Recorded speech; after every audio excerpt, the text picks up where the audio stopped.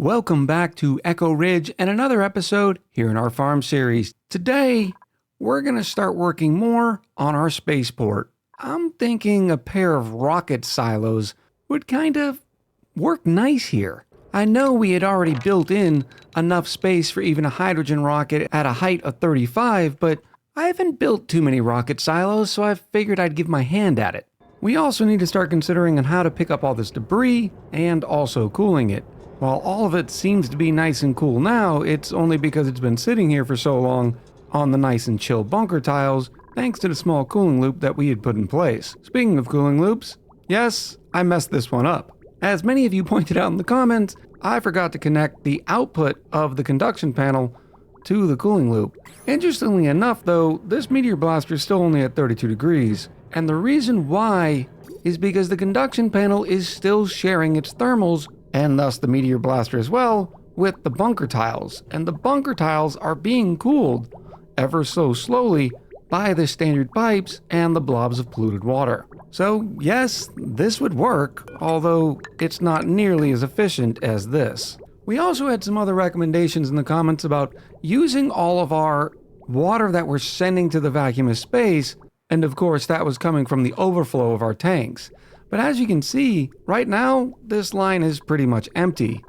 So using this would be a bad idea, because you don't ever want to rely on a system that doesn't have any sort of consistency in the way it works. I thought about adding some sort of little bridge system here to where if these lines were not 100% full, which they never will be because there's a 50-50 split, we could then backflow it with all of our excess water.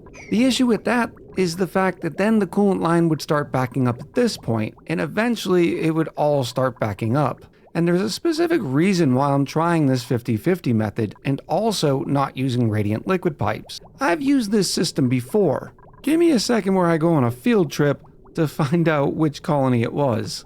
Well, that took longer than I suspected because the colony wouldn't load because it had previously been started with different mods that I no longer use. So I had to go find the mods, reload them, restart the client, and now here we are finally in. Yet another reason why I don't like using a lot of mods. But this is the dumpster fire. You may remember this colony is the one we took all the way to cycle 5000, and it uses a similar cooling system. While its meteor system is a little different, we opted for bunker doors and robo miners. Once the debris does finally hit, it's very hot, and so these bunker tiles also need to be cooled. And you'll notice that we alternated radiant liquid pipes and standard pipes. Well, the reason why we did that is because occasionally the debris would be so hot that some of these packets would end up flashing. It wasn't very often, and I do believe I got it fixed by inserting more standard liquid pipes. The overall issue was the debris would be sitting here for long enough that the radiant liquid pipes would end up picking up too much heat from the bunker tiles. Well, when that happens, the blob of polluted water heads over its boiling point and then cracks the pipes when it turns into steam. Since we're here, also take a look at this SWEEPY system. We're going to be using a similar but little bit different implementation of the SWEEPYs to collect all of our debris. Man, it's been a long time since I've loaded up this colony. I really did enjoy this one. Maybe I should bring it all the way to cycle 10,000. You know, just to do it. No, we have the farm colony to play. Back here on the farm, at least we now have a small understanding of why I chose to try this method. It may end up not being perfect either, but one thing I love about Oxygen Not Included is you can continue to iterate in so many different ways. We've also started picking up all the debris out of the troughs. And I started with duplicate labor, but I switched over to the SWEEPYs because, well, I don't care how long it takes to pick it all up, just as long as it eventually gets picked up. And the SWEEPYs are perfect at that because they don't do anything quickly, but they are sure and steady. The system is pretty simple. SWEEPY comes back from their sweeping, drops all the materials off at the SWEEPY dock. The auto sweeper then loads it in the conveyor loader. The conveyor loader then ships it on a rail that, just like a couple of other drop-offs here in and around the colony, follows this one line all the way back to our storage here. We also have the manual drop-offs here doing the same thing. And this is an important note because we have a few of these around the colony, which means this line does not move very quickly, at least not for the foreseeable future. I've also began the transition of isolating the critters. Remember before we were having all of the Pacu being dropped off into these tanks. Well, Pacu are the worst of the critters as far as performance in your colony goes. Well, them and the puffs. The reason being is, well, they can move in 8 directions as opposed to most critters only being able to move in 4. I suppose we can also help this process by doing a few small cullings. Time to clean out the tanks. Now it's going to take several rounds of doing these cullings because, well, we still have plenty of eggs down here as well. But the idea is, if they're just sitting here flopping in this one tile, the simulation doesn't have to calculate their movement. At least not to the extent of the Pacu sitting in the aquarium. It also means I can recapture some of these rails here, which helps from both a materials standpoint, not that they were hurting on materials starting on a classic asteroid, but every single pipe and rail you have in your colony also drags down the simulation. Not nearly as much as duplicates and critters do, but every little bit counts. So I think we'll start with the rocket silos. I had the idea because, well, we haven't done too many rocket silos, and this distance here is 49 tiles, which is plenty for a 35 tile high rocket, even when you add in the additional space for their exhaust, which is 3 tiles wide by, I believe, 9 tiles. It could also be 7 tiles. I'll remember to confirm that here in a couple of episodes when we're playing with all that rocket exhaust. Furthermore, the space in between the meteor blasters is 13 tiles wide, which means that's plenty of width to be able to house a rocket. In fact, it's actually 1 tile too small to be able to house 2 rockets in one silo, but I don't think that's too big of a deal. Now, I'm not exactly sure what else we're going to be doing in these silos. We might try to capture its heat. There's quite frankly a lot of things we could do. But for now, it makes sense just to start building. So I'm going to go from one edge of a meteor blaster, go all the way down, just to the point where the dupes can still run underneath, go over, and I think 1, 2, 3 rockets will be plenty. I'm not even sure if we'll end up using all of those, and then we'll just tie it in like that. We're going to need an alternative form of travel up this side, so I'll just do a ladder run that corresponds with the rails here. It also aligns with our previous vertical ladder run that we'll eventually connect back into. Now this presents the obvious problem that the rockets will not be able to get out because, well, these are all bunker tiles. And that's where our wonderful bunker doors come into play. And if we predict a rocket platform all the way down somewhere, let's say here, centered in between here, we can then line up where we want the bunker doors. So I'll put this here and then place it on a priority 0, which is an excellent mod that is now a must-have for me, just so the duplicates don't build it. We're only using it as a blueprint of sorts. And then we can see how many bunker doors we need, and it looks like we'll need 2, which is somewhat annoying because it's going to be off-centered. Maybe I put 3 down? Let me see what this would look like. It's still kind of off-centered, but we could get away with 2 since it's going to be off-centered anyways. Something like this? Yeah, we'll do that.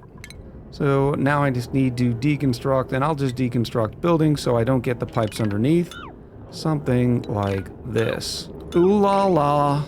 And while the dupes are doing all this building, it would probably be worthwhile to extend this transit tube access point. Now the question is, where do I want to drop it off? I'm also going to need a place for the pilots to get in, and it doesn't seem very smart to have them coming in from this top here, because I always want this protected. So what I think we're going to do is add a sort of pilot and construction corridor here.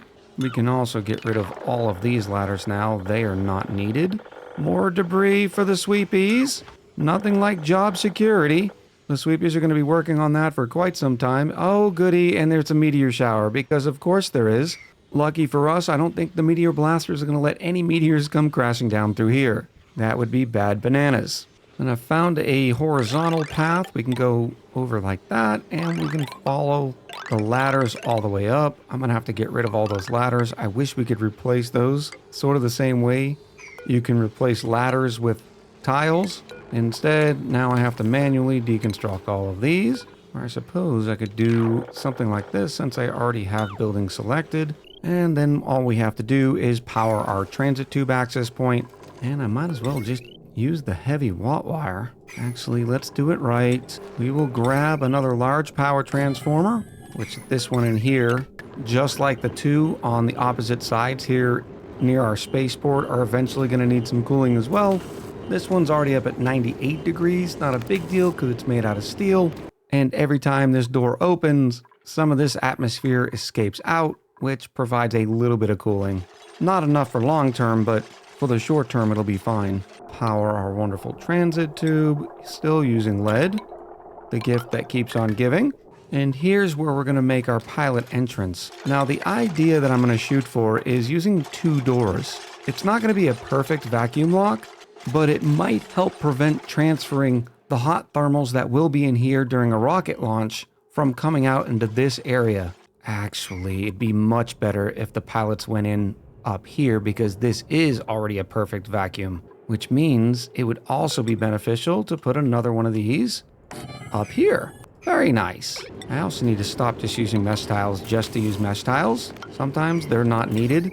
Now, because I'm adding another transformer so close to this one, they are going to overheat twice as fast because we're going to have twice as much heat in this area. So basically the power transformers not only are going to be heating themselves up, but their neighbor as well. Let me give the duplicants a minute to sort of catch up and start working on something else. And that's the construction of the bunker doors themselves, which normally is not a big deal, but we have to remember the bunker doors are going to use 120 watts of power for each bunker door every time they open, which means the conductive wire that is already sort of maxed out going through the bunker tiles is not going to work. So we're going to have to do a small modification. I'm going to use steel because, let me look at the melting point. Well, the melting point of the gold wire is 1063, so gold's going to work just fine. We're just going to stretch it all the way over until we get to that point, and then I'll separate these just like this. And now I just need yet another transformer. Now this one we put in is going to overheat extremely quick because it's not even in an environment, which means it's probably about time to grab some conduction panels, and we'll do the same sort of system that we did with the meteor blasters, except this is going to look even cleaner because we can just grab this one pipe, go straight through them, and then right back up. I know it looks a little convoluted, but the system is clean.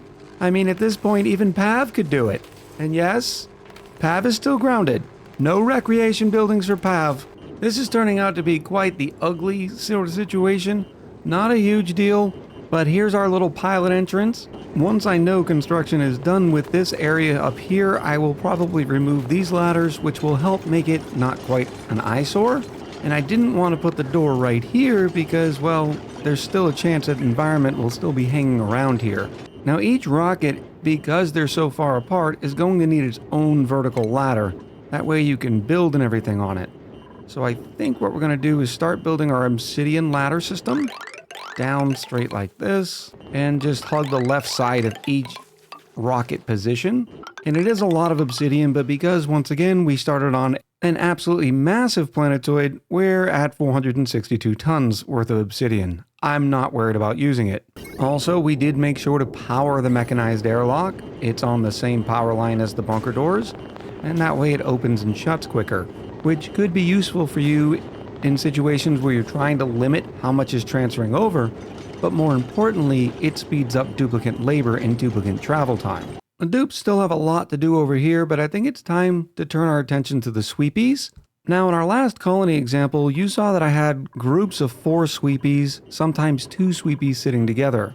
And while it does work, it was not my favorite, because what would end up happening is SWEEPYs oriented like this would end up bumping into each other, which ends up slowing down how quickly they can pick up the debris and alters their course a little bit. So what I think I'm going to do is have one SWEEPY for the left side. We'll make this SWEEPY out of steel, of course. One SWEEPY for the middle left, one SWEEPY for the middle right, because SWEEPYs will not be able to hop over this gap, and then one for the far side, for a total of 4 SWEEPYs on the spaceport, which you may be thinking is probably not enough, and it will take them a little bit longer.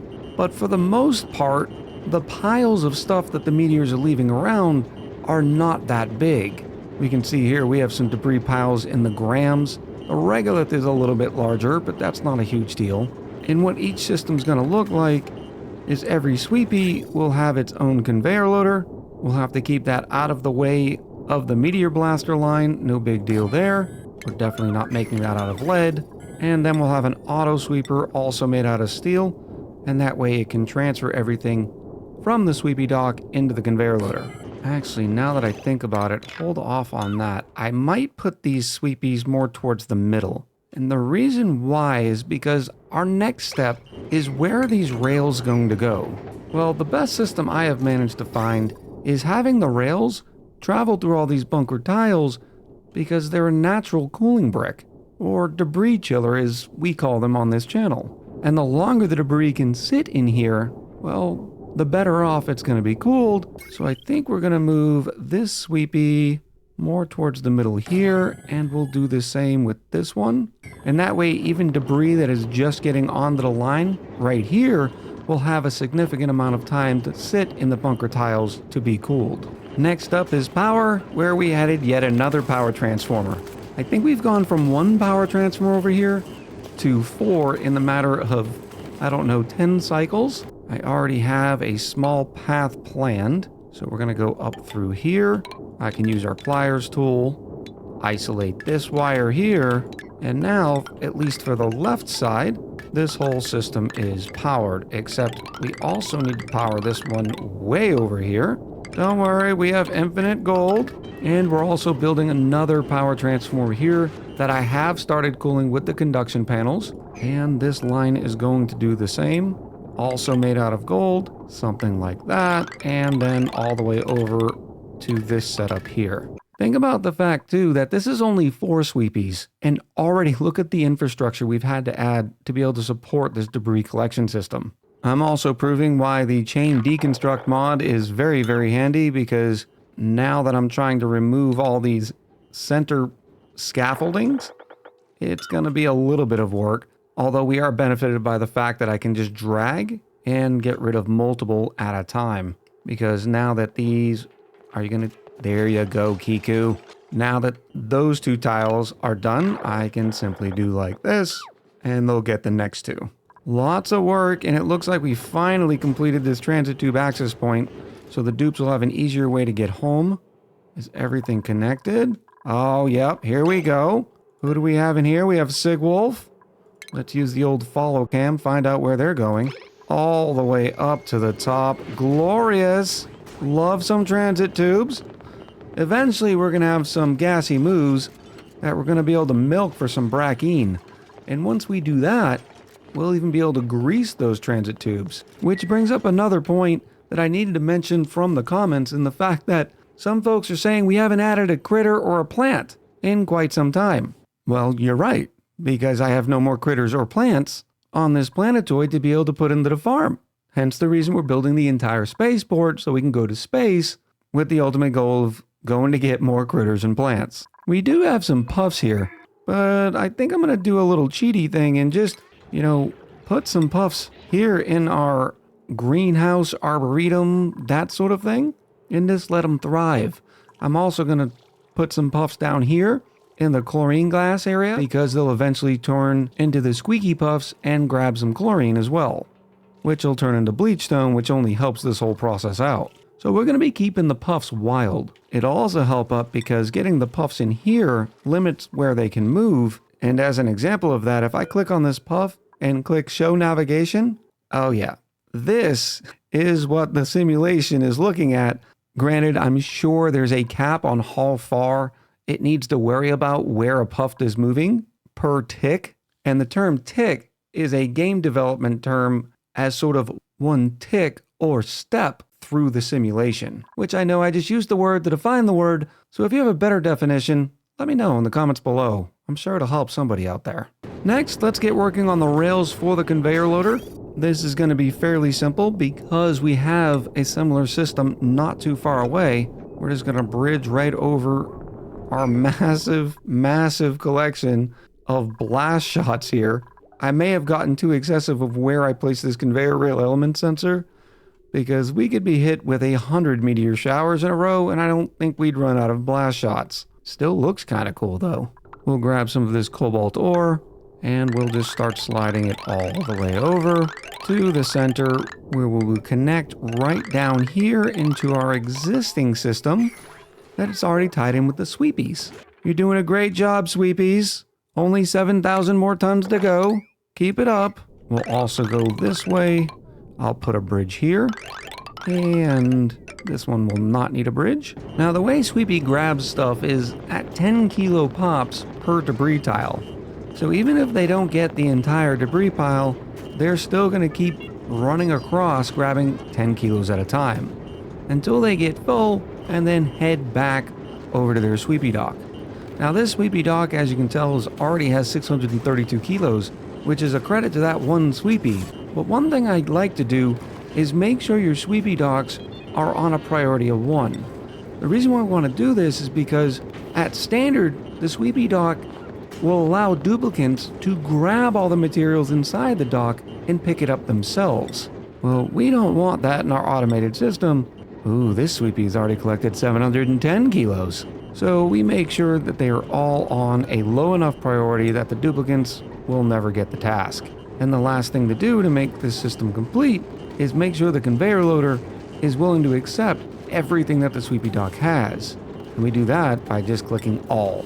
Notice that allow manual use is not on, and we can even click copy settings. And what's going on with you? Oh, this sweepy dock is actually chocked full because this is an all-star sweepy, so they can't actually go drop off more material. Don't worry, as soon as the conveyor rail is connected, all of that material will be transferred from the sweepy dock to the conveyor loader and then sent on the rails through our bunker tiles. Something I did consider with the bunker doors, because you may be asking, well, why do we even have bunker doors to begin with? After all, this is a vacuum under here, it's a vacuum up here, so why not just leave the holes open, considering the meteors are never going to get past the meteor blasters anyways? Well, there's a couple reasons. First, while it's highly unlikely that too many meteors are going to come down that the pair of meteor blasters can't fend off, there's always a chance a meteor could come splashing down in here. Second is because we need a way for the sweepies to cross, which means we're also going to need a way to open and close these bunker doors. And the way we're going to do that is the use of the space scanner. We don't need too many space scanners, because even if they're running at pretty low efficiency, they'll still have plenty of time to send the automation signal to the bunker doors so the bunker doors have time to shut. Now we're going to be adding to this automation over time. And I recommend doing this in single steps because you don't want to get all the automation sort of wrapped up in your head. But we can see by clicking on the space scanner that it's going to send a green signal to its automation circuit whenever it detects incoming objects from space. Well, checking the automation on the bunker doors, a green signal actually opens them. So what we want to do is add a NOT gate to turn that green signal into red. Space scanner detects objects? Well, we need to close these bunker doors. There's going to be an exception to that as well, because meteors aren't the only things that come from space. Our rockets do too. Make sure I did not connect that NOT gate there. It's a common mistake when you're grabbing your automation to connect these two ports here, and that would be bad. Now the space scanners require power too, 120 watts. We'll tie right into our sweepy network because it's not even close to being overloaded.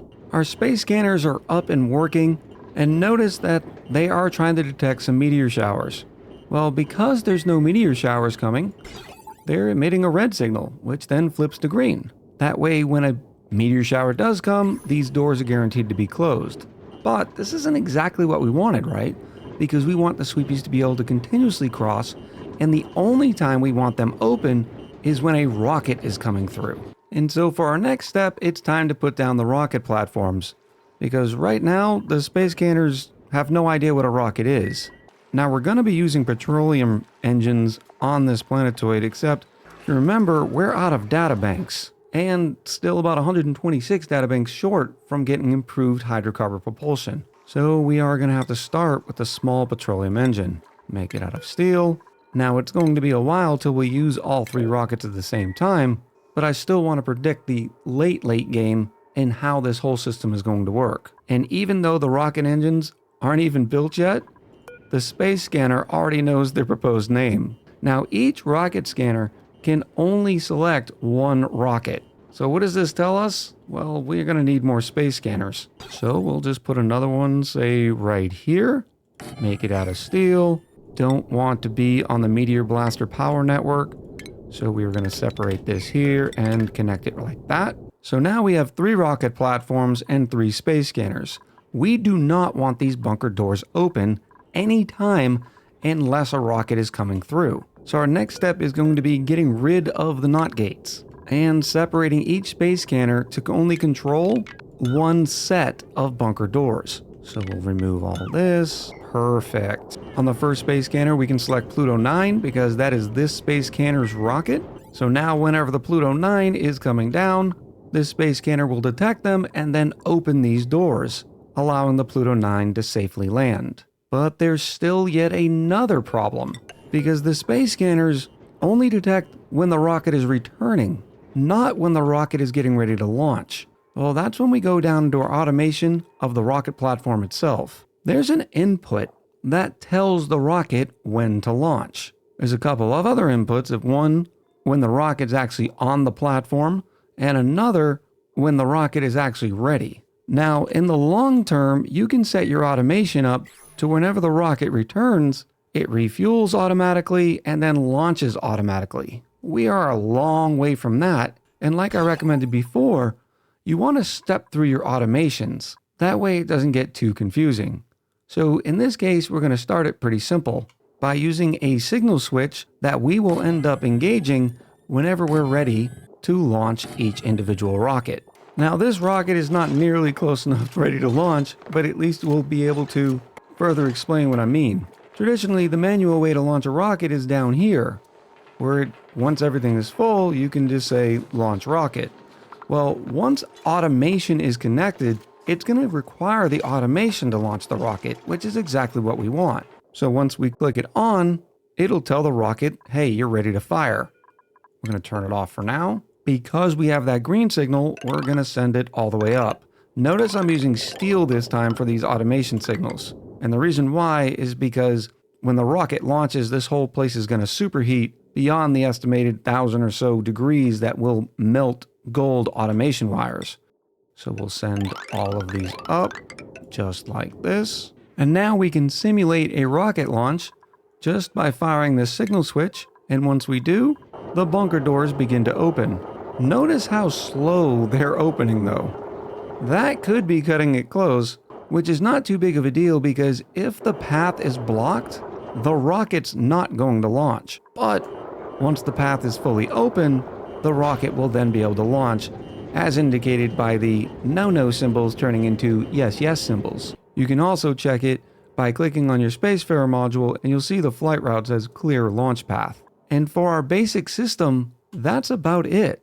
Once the rocket's taken off, well, we can just shut the bunker doors by turning off that switch, which is sort of a manual process, but the return home won't be because this space scanner is going to detect when the Pluto 9 is coming, open up these doors, the rocket will land, and then the doors will automatically close because the space scanner no longer detects Pluto 9. The last update I wanted to give you was showing how the debris system will end up cooling everything coming out of the Sweepy. Here we have a Sweepy loaded up with 35 kilos worth of regolith and some copper. Sweepy's going to drop it off into the dock. The auto sweeper grabs it, puts it in the conveyor loader, where all that debris is going to come out through here. Now, this is not the greatest example because this debris is already pretty chill. But notice the entire platform is already pretty clean. There's still a few bits of regolith left, and that was when we had a lot of debris. Each individual meteor shower is only going to bring so much debris, and yeah, it'll be a little warm to start off with, but when you have the cooling potential of all these bunker tiles, and they take the long trip all the way over here, each individual debris packet will be cooled to whatever our cooling system is set at, and that way it doesn't heat up the entire surrounding area as it makes its way all the way to our storage. As a reminder for those who may not have been keeping up with the news, Clay's launching the new Frosty Planet Pack as a DLC, and it'll be coming out this Thursday, July 18th. The advertised price I've seen so far, although it's not listed on Steam, is $7.99. Now, I will be out of town this weekend, but I'm hoping to have a video come out next week that'll give all of you some starting tips when working with some of the new challenges the DLC presents. I hope you've learned a lot about space scanning, SWEEPYs, and a sort of introductory course with rocket automation. We'll continue to expand this system throughout this series. Let me know what you thought about this episode in the comment below. Consider giving it a like, because it really does help the performance of the video. So until next time, much love, happy gaming, and I'll talk to you soon.